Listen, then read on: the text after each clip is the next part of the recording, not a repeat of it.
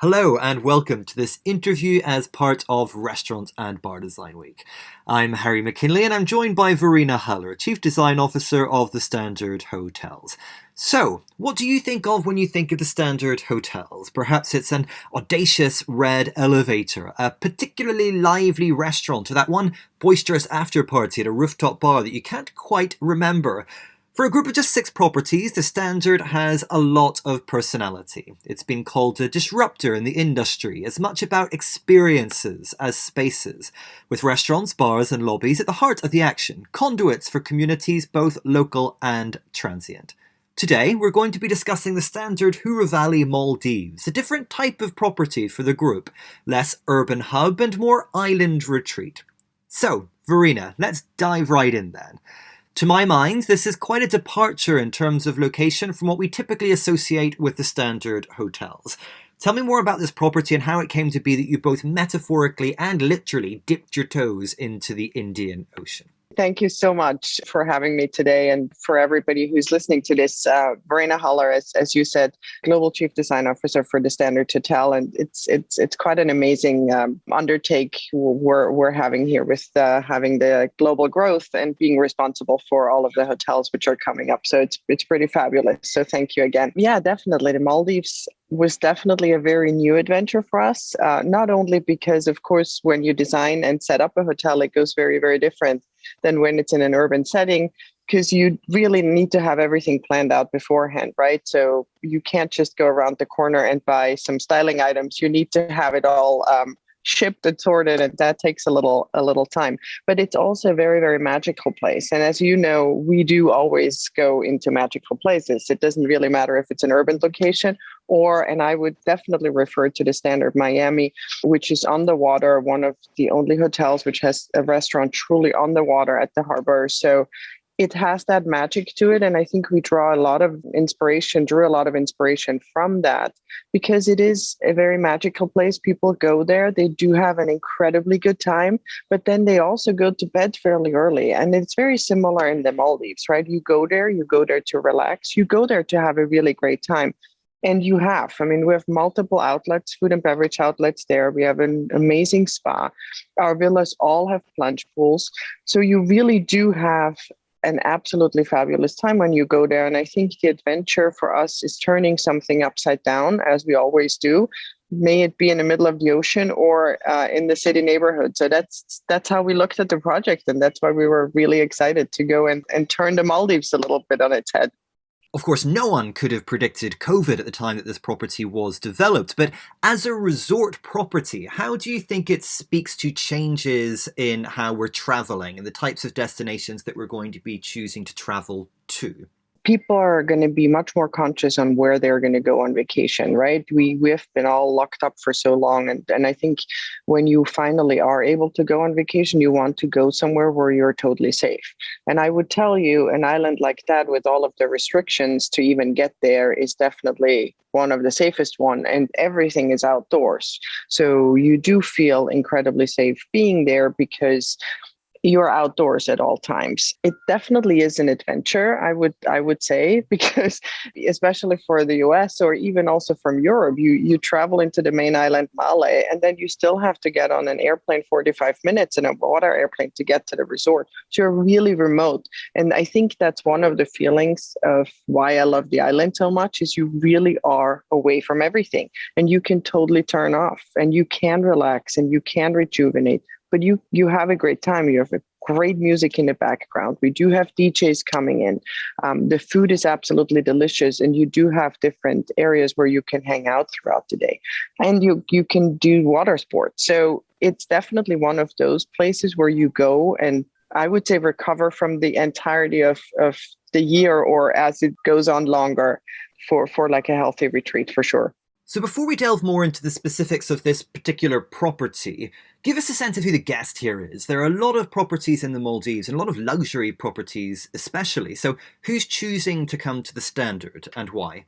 It's definitely people who are, I always say young at heart, right? Age is relative. So usually the Maldives is really a honeymoon destination. I would say it's very, very romantic. We're not taking away from that at all. It is, when you're there, you can't help but be romanced, so to speak.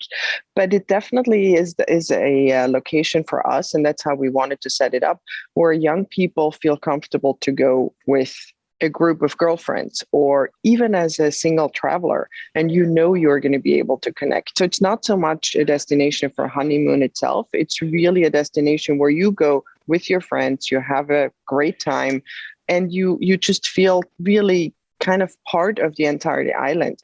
Our staff is absolutely lovely as they are throughout all of our properties. They have their very unique characters.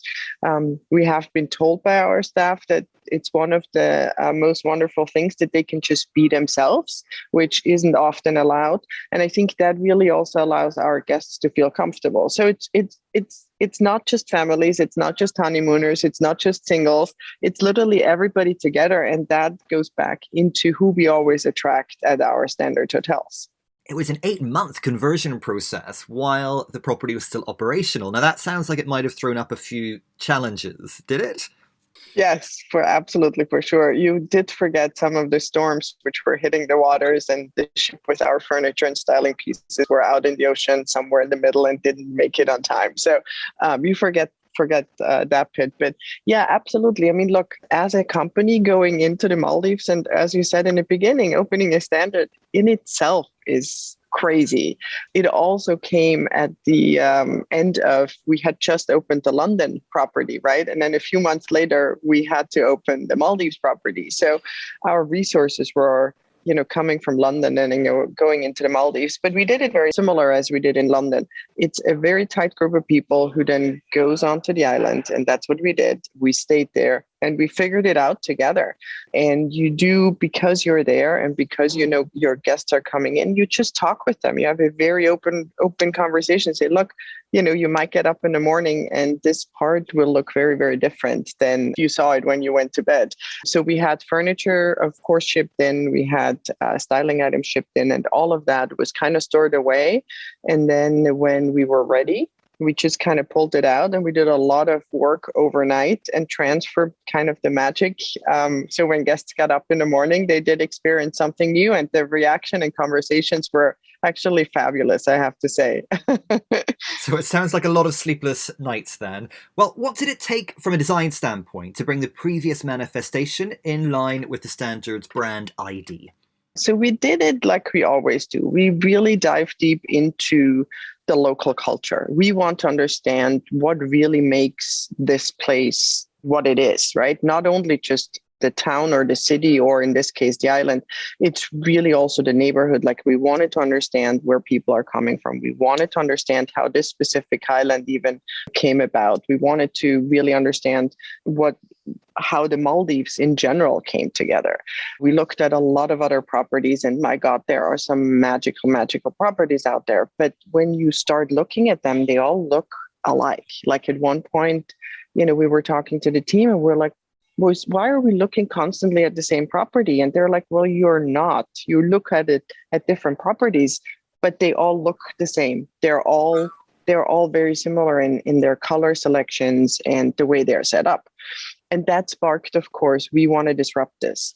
And one of the big things for me was when I flew the first time, not so much, because the first time when you fly from Male, the main island, to our little island, you're just mesmerized. I mean, it's truly magical. The second time you fly, and it's, again, I said, it's like 45 minutes, you're like, okay, well, I've seen this. And then you kind of doze away a little bit. So with that in mind, I'm like, we need to create something which wakes people up. And when you fly over the Maldives, it's beautiful green, it's beautiful gray, it's blue, it's white, but that's it. So it was very clear that we wanted to create an island where the color pops. Even when you fly over it, we wanted to make sure you actually see it from afar. And so we came up with this really strong color scheme, which is on all of the water villas. So as you walk along that long walkway, you actually have all these different color hues. And when you walk back, you have different ones. Even from up above, you see some of the bright colors. We worked with Rostar, a famous artist, to actually draw the outside of the spa. So when people swim around, they see something. So it's really visible. And then, of course, in the middle of the lobby, where there's this beautiful drapery hanging behind the check-in desk, that was really looking into what are all the different wood species which are being used or created in the Maldives. And so we used all of those and translated them into the Maldivian language. And then, wrote them on that beautiful drapery. So even locals, when they come, they're so thankful that we actually go in and not just plop our brand in, but we really did our due diligence and research and see what is missing here. And so that's how this all came about. So it's basically the same process, just a little different. Of course, even though I say brand ID, I think the standard is ultimately more about a sense of personality than an actual tangible look and feel. You've touched upon there what the standard looks like when it's dropped onto a Maldivian island, but I guess more generally speaking, how would you describe the standard's DNA? What makes us so unique is that we're not a company who hands over a book of standards. We actually don't make it easy for ourselves. We really redo every single property from scratch. Of course, there are technical standards which make it easy to have a project started, but we really do take our time to understand what this neighborhood actually needs. And so we always say we want to bring designers in who become part of our family, because it is literally a family who moves from hotel to hotel. And sometimes, and I do think what attracts me to the brand so much is that, and you can feel that every property, even though we have multiple properties going right now in design, we do want to make sure they all get the same amount of attention, they get the same amount of love. And I do 100% believe that people do feel when they walk into a property and somebody has spent serious thinking of how this, even if it's just a corner in a public space, to make that so comfortable that guests literally forget everything around them. And that is what we're doing. It's our entire team who's incredibly passionate about what we do. And I would always say it's not just design, or it's not just the food and beverage. It's not just the music. It's not just the scent. It's all of it together, including the uniforms, right? So it's always a 360 guest experience we're creating. And that is something which we take incredibly serious. And if we have hard conversations internally behind closed doors, we have them, because that only makes the spaces better. And then we go out with a united voice of how a restaurant or a bar or even a guest room needs to come together. You spoke there about bringing people into this design family. So how did Matt Goodrich come on board, and why him in particular for this project? So I know Matt Goodrich since many, many, many, many years, and truly, truly love him as a person and his incredible talent. So when this project came about, I knew I needed somebody, literally a partner in crime. And for me, it was Matt. He was the only person I knew I could go in there and figure this out together, because of the short timeline we had, and because of the restrictions, and because of the challenges. And we had so much fun. I mean, we had literally days where we didn't even know how we're going to solve a problem, but we also knew at the same time together we would be able to get it all done and sorted. And he has an incredible team. I was so happy. I knew him from his former jobs, and I was so happy when he decided to start his own business. And he did get very, very busy quickly. So I was very fortunate to be able to get him on board and call him a friend of mine. He's definitely a wonderful human being. So let's talk about collaboration then. How with this project, or any standard project, do you collaborate with external designers, and why do you choose to mix it up so much, working consistently with different creative figures? The designer we always want to work with are the ones who connect on a personal level. Now, I do know it looks right now that we're constantly going to different designers, which funny enough isn't actually the case. I mean, the first few original standards were all designed by Sean Hausman, right? So he's definitely a huge part of the family. He did London again. We are doing a project with him in the future. So he's part of the main family. I learn from him every single day. And then we're very, very careful who we're actually inviting into the family. And yes, it does look like we're constantly working with somebody new, but they're very carefully selected. They're people who get us. They're people who are willing to go the extra mile with us, who we can have tough conversations with, and who allow us to actually be in their business. Not every designer does that, right? Many designers are like, well, you tell me what I need to do. I go and do it. And in 5 months, I come back and show you. Not who we are. We're in the designer's business. We're with them step by step, but that also makes them incredibly successful. So that's basically how the selection goes. And it is something where we want to say this is a very unique location specific designer as well with their knowledge. As we're going abroad, we do definitely need that. We don't have the same knowledge we have in the US, in Europe, everywhere, or in Asia. So we need the local knowledge for sure. But I will tell you, when it comes down to like 5 designers and we all know they're talented, it's all about the personal connection. So you will see, the more you follow us and the more we grow, you will see the same designers, because that big adventure of like growing so rapidly is a fairly new one. So the family is actually, it's very tight.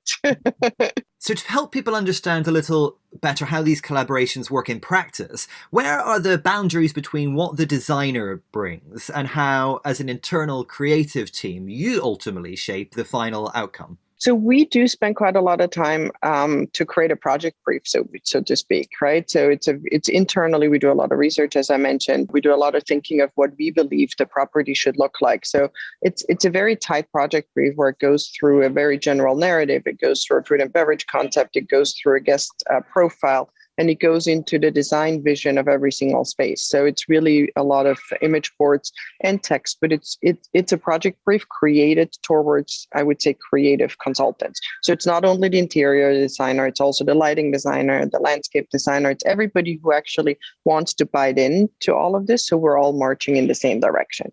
So that's the first part. But this is just a basis. Based on that project brief, we then pick the designer, and the designer should look at this project brief really just as a foundation of the project. And we want them to actually bring this to an even other level. Of course, there are boundaries, right? Of course, the reason why we select these designers is because we respect them. And because we respect them, we need to let them do their work.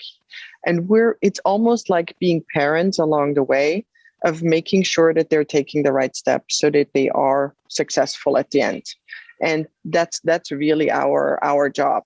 And to do that, though, you need to be in each other's business. You need to make sure that steps are not taken wrong. And even if they're taken wrong, you can be there and like catch them. And it's not a big deal. Very often what we do is we work with designers towards a big presentation. And the presentation is really already signed off by the brand. And when it comes to presenting to the owner, there is no question anymore, right? Because the brand and the designer go in front of the owner as one voice. And I would tell you 99.9%, the owner is like, thank you so much, we're done. And that allows also flexibility in the schedule, and it helps us. So you don't have to redesign and redesign and redesign. So while I say we're in their business, it's really truly family. I mean, it's where we're helping them to shine and look good for sure. Well, you don't need to tell me about families liking to be in your business. Anyway, public areas are so key to other standard properties. That sense that they're really gathering spaces for the local community as well as for visitors. Here, that's turned on its head a little bit. What impact did that shift have in terms of how you thought about the restaurant, bar, and other public spaces? Because, of course, now you're really creating a design intended to speak exclusively to guests, captive guests at that. The big difference is usually when London, if we take London, for example, right, you know that the spaces will be filled up. It doesn't matter how many guest rooms you have up above, you're going to have the locals come and they fill the space. Not the case in the Maldives. There's no quick drive-by. Whatever you have on the island, you have. It's not, and because you want to create different outlets for the guests, so they have a little bit of a different experience every day, that also causes challenges or brings challenges with it, right? Because not every outlet will be filled at times. So you need to design them in a way that you give the guest the feeling they're not sitting alone somewhere. So you need to create corners which are a little bit hidden. You need to play up certain patterns in the room so that they actually fill the room and they're not feeling that it's an empty room. So that kind of challenge definitely was something you usually don't think about. Even if the island is full, you cannot physically fill every single outlet at the same time. So you need to think about, where are people moving throughout the day and throughout the evening? How is the process? Where am I going to capture them? Where do I need to pay my attention to? And how do spaces actually kind of morph a little bit throughout the day and the evening? That's how we approached it all. So that's why there's like a cafe, and then there's the all day dining, really a place where most our employees are also throughout the day. So, but then in the evening it goes into Barrow Bar, which is a little bit more of a sunset bar lounge, where the music is a little bit more vibey. So you do really need to kind of create the guest journey more than you would probably do in an urban location. So talk me through some of the different restaurants and bars. How do they differ in design, and what are some of the common design threads? We do have a bar, which is right opposite of the check-in area. And it's really a place where people can go. They can hang out while you actually walk through it in the morning, and it's not open in the morning. It was very specifically done that way. It's really a game area. So we have a table tennis, which is one of those round drums, which I think everybody photographs. And we have it, funnily enough, placed well, that was very, very consciously done. I will tell you that story in a second, but it's this round table tennis tube, which is placed in a way that you have a really beautiful shot behind it. The tables are really drawn with game boards on top. So people can sit there all day long or in the evening and actually play with their family or with somebody they met. Then you walk into an area which is really more like a coffee shop. So you can sit down, you can read a book. There are a lot of books. It's a little bit set up like a library, very comfortable lounge seating. If you don't want to have like a real big breakfast, that is where you sit. You grab a croissant and you can just sit and have your coffee. If you go further into the resort, you have the all-day dining, and that really is buffet, breakfast, lunch, and dinner. Right. So there's definitely a la carte as well, but it's mainly the buffet setup. It's beautifully set up with our live cooking station and the center island in the middle. And then on either end of the island, and that's probably either way, I would say like a 10-minute walk. When I say at the end of the island, it's not that big. On one side is a bar, which has a really big disco ball, and it's a place where people sit and watch the sunset. And on the very other side, it's a Maldivian restaurant. And the Maldivian restaurant is a specialty restaurant for us, for sure. And we do want to make sure that that is the traditional Maldivian food and the traditional Maldivian eating. We have places set up outside where you literally sit on the floor like the Maldivians do. You usually don't even have cutlery. Of course, we give you cutlery, but they eat with their hands. So all of that, we wanted to make sure we bring to life. And we have a very, very down-to-earth, literally on the water at the beach barbecue shack, where you see the chef cooking the meat right next to you on a barbecue, and you sit on like wooden benches, literally with your feet in the water, and some candlelight. So those are all the different outlets. And as you think about it, some of them we actually might close at days during the week, so that there's a little bit of a high and low and an excitement for guests to know, oh, I know the barbecue shack is only open, Thursdays. I definitely need to go there and check it out. So that's how you kind of manipulate the crowd a little bit, so to speak, to walk together and fill up the spaces. And so to get back to that idea of what they all have in common, it sounds as if there's a certain element of fun that runs through all of them, something that we don't always associate with the Maldives. And so perhaps the Standard is bringing something really a little bit different in that sense to the region. Yes, fun, absolutely, definitely one. I would also think all of them have a little bit of a different color scheme and a little bit of a different pattern, right? So again, it does help you. There is a thread through it. So it's like, you're going from one space to the other.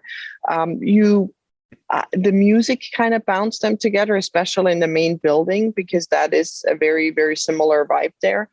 But I think what makes it really us is that the spaces are all differently designed, because we usually don't have spaces just kind of flowing into each other without any boundaries. And we did exactly the same thing there as well. We do have very distinct personalities for each of those spaces. I just want to go back to like that drum table tennis. It's incredibly heavy. Like you couldn't even move it with your bare arms. So what we ended up doing is it was turned sideways in the beginning. And when I got there, I'm like, we need to turn this. We need to move this over here, because if we move this over here and you see through it, you see a palm tree as well as the sunset at the right time, right in the center. So we had literally 10 people take this table tennis tube and move it, but the process of it took hours and hours and hours because it was so heavy. So those are things which, when you guests don't, they might think, oh my God, this is amazing, I can take a selfie here. But the process going behind it of needing to be on the island for like a week to figure out, actually, this is exactly where it needs to go, because this is where the sun sets and this is the spot I want to have. That is what I think you feel when you go to our property. So sticking with the guest and thinking about this idea of community, unlike, say, a London or a New York where there's an endless well of surrounding local creative talent, in the Maldives it's a slightly different kettle of fish. So who did you collaborate with and how? I know you drafted a Brooklyn-based artist, for example. We found, for example, a really, really wonderful photographer in Mali on the island, because we are really keen on having locals as our employees. It's almost like you need to just tap into them because they are connected, right? We're very, very thorough with our process. We had employees who turned out to be like the most amazing painters. And so there was this really, really wonderful mural at the entry of the all-day dining restaurant. And it was actually a white wall. And for all the time I was there, I'm like, oh my God, I want to do something there, but I just don't know what. And through conversations, the GM was like, hey, well, we have somebody as an employee who is really a great painter. Why don't you talk to him? And he created this absolutely fabulous flower mural. So they also steer you in the direction of, hey, I know a really amazing artist in Mali. You need to check them out. And so it's all about those personal connections and taking the time of having the conversations. And that's how we actually got some of the local connections also in Mali. But our international tribe of artists and creatives is so strong. And with so many people, they get so excited that when we actually do something unique, they're like, we're here to help. We want to be part of it. So it's quite amazing how people always come together. Being based in the UK, the standard that I'm most familiar with, of course, is London. It's such a rich and detailed project from a materiality and colour perspective. Now, you've already touched upon colour and materials a little bit already, and there's clearly a sense of that richness here as well. But to go into a bit more detail, how have you used colour and material choices to tell some of that Maldivian design story specifically? Yeah, colors for sure. I think I mentioned this in the beginning, because most of the properties in the Maldives are very, very neutral.